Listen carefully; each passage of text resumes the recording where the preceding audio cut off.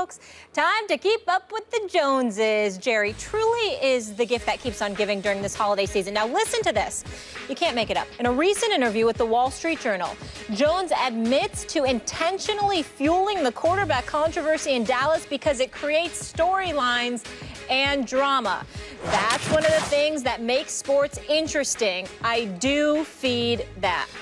Max, if you're Dak Prescott, what should you think about this? Well, first of all, I don't know if I'd believe Jerry Jones. It's human nature. Look, sometimes we have this, like a piece of behavior in our own life. And after the fact, we try to figure out why we did something. And so we map on these reasons in retrospect. Well, I did this because of that, as though it followed this very logical cause and effect pattern and we had it planned out, when in reality, if you really think about it, no, we didn't. We don't know. There are reasons we did it, but it wasn't those reasons. Just now it makes sense that we said that. And I think he's embarrassed by the fact that he caused this controversy. And now I think Jerry Jones is making this up. At least maybe not intentionally lying or anything, just mapping on reasons that would make sense now, given what's happened, whether that's conscious or unconscious. That's the first thing I would think if I were Dak Prescott. The next thing I would think is, if this dude is telling the truth, and that's the way he intends, or that's the kind of leadership he wants to show for this franchise as the owner, who also likes to be called coach and is the self-appointed GM, although we know his son now, thankfully for the Cowboys fans, has much more influence on personnel decisions, then I would say, what kind of way is that to lead? If we are to take Jerry Jones at his word, why should leadership be rooted in sowing dissension and falsehoods, right? Why isn't it rooted in integrity and truthfulness? Like if you look at the way Greg Popovich leads the Spurs, he doesn't need to rely on dishonesty as the root of the leadership in order to stir things up. What kind of leadership is that? So I would say, I don't think he really knows why he said it, in fact. So I would say that the first explanation, I don't even take at face value. But if you are to take it at face value, it's even worse for Jerry Jones, because then he's just a bad leader. Well, listen, you sound like Dear Abby right now. Let me be very, very clear about that. And I understand where you're coming from, but damn, the bottom line is it's far more simpler than you explained. Jerry Jones was trying to sabotage Dak Prescott.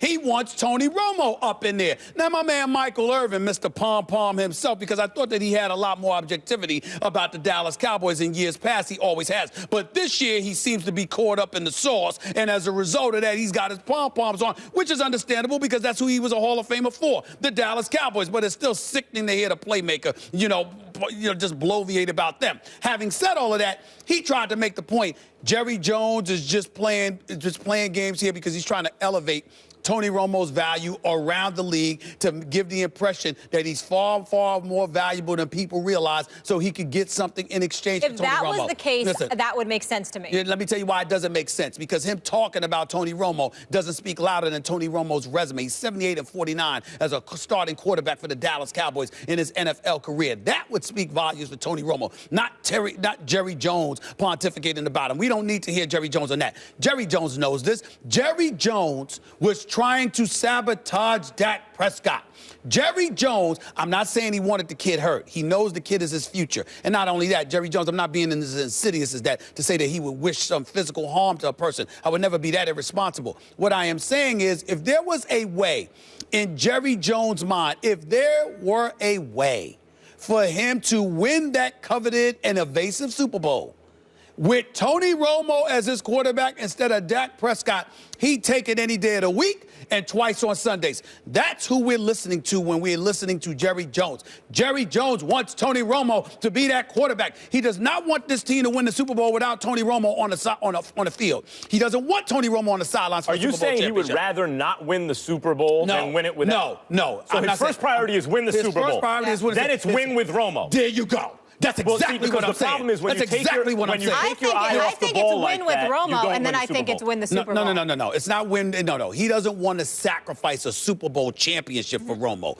But if he could have, if he could have, that's right. He can't get out of his own way. But if he could have the Super Bowl and Romo, that would be ideal. Most owners are like this: give it to me any way I can get it. I can give a damn. No, Jerry wants Romo. So you believe him that he truly feels this way, that he's intentionally fueling that. Absolutely. He's lying, and I'm going to say he's lying. He wants Tony Romo up in there. This is not a game to him. Every day that Dak Prescott goes out there and performs lights out It is a thorn in Jerry Jones' side to some degree because he loves it, but it's Here's the problem with Jerry Jones. because he wants Romo in there. Here's the problem with Jerry Jones. He's not that good. He's not good enough to get away with that, to try to win in a certain way. Let me tell you, the greatest owner in the history of American team sports by far, and I love Steinbrenner, I'm a Yankees fan, but it's clearly the late, great Dr. Jerry Buss. That guy won 10 championships in like 30 years and was in like 5 others. And he was able to not only win and really overtake the Celtics as the dynasty in that sport, but do it in a certain way. He actually said, I need this to be entertainment. I need it to be showtime. Almost anyone else who ever lived can't do both. You can't become the great championship dynasty and do it with a certain brand that you want to promote. That's impossible. Only Dr. Jerry Buss has been able to do it. Jerry Jones ain't Jerry Buss. He's not a pale imitation of Jerry Buss. He can't win the Super Bowl since he was able to manipulate the salary cap by ushering in the era of the salary cap, followed by manipulating the rules by inventing, because he is a brilliant businessman, obviously, inventing the prorated bonus structure, getting around the cap. Since he manipulated that, he hasn't won a single Super Bowl under rules that treat all the teams evenly and fairly. Hasn't been able to do it. So he's not even good enough as an owner to win a Super Bowl under the current structure, let alone to try to do it a certain way. I'd love to know how the locker room feels about this. Listen, we don't know. They're not going to admit anything because they're winning. And why upset the apple cart? But if you're Dak Prescott, why say anything or feel anything? Because there's nothing you can do about what he feels, but you can do everything about what he does by going out there and performing, because you've got Cowboys Nation behind you. Plus, you've got that offensive line and Ezekiel Elliott to buffer you, to the point where even Des Bryant is sitting up there going like this, because you understand the train that y'all are rolling on right now. But make no mistake about it, this is not a ploy. Jerry Jones wants Tony Romo in there. Jerry Jones is smart enough not to do harm to his meal ticket for the future. But if Jerry Jones had his way, Tony Romo would be the quarterback. Just the other day, there was some event going on. I don't know whether it was high school or college. He was at the game. And who was sitting next to him? Who was sitting next to him? Tony it was Romo, his adopted son. They hang together. They eat dinner together. They socialize. They're on the phone together. Let me tell you something right now. Tony Romo loves this man, and this man loves Tony Romo like a son. It's nothing negative against Dak Prescott, but this man wants Romo in the worst way. Will he one day love Dak Prescott like a son?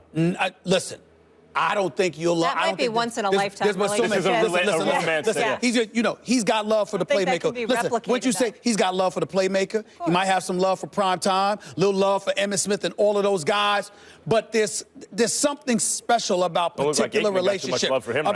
Well, but there's something special about particular relationships. I'm not saying he's not going to love Dak Prescott, but Dak Prescott will never be Tony Romo. Listen, they can relish, especially if he wins a Super Bowl, and never be Tony Romo. There you go. They can relish in the fact they've made a lot of money together. Probably not win a chip. Coming up next, Christian McCaffrey has been highly criticized since he's decided to sit out of his final college game in order to prep for the NFL draft. Should he be catching so much flack? Plus, Cam Newton looking like his old MVP self last night, but one play's got him twisted. Listen up.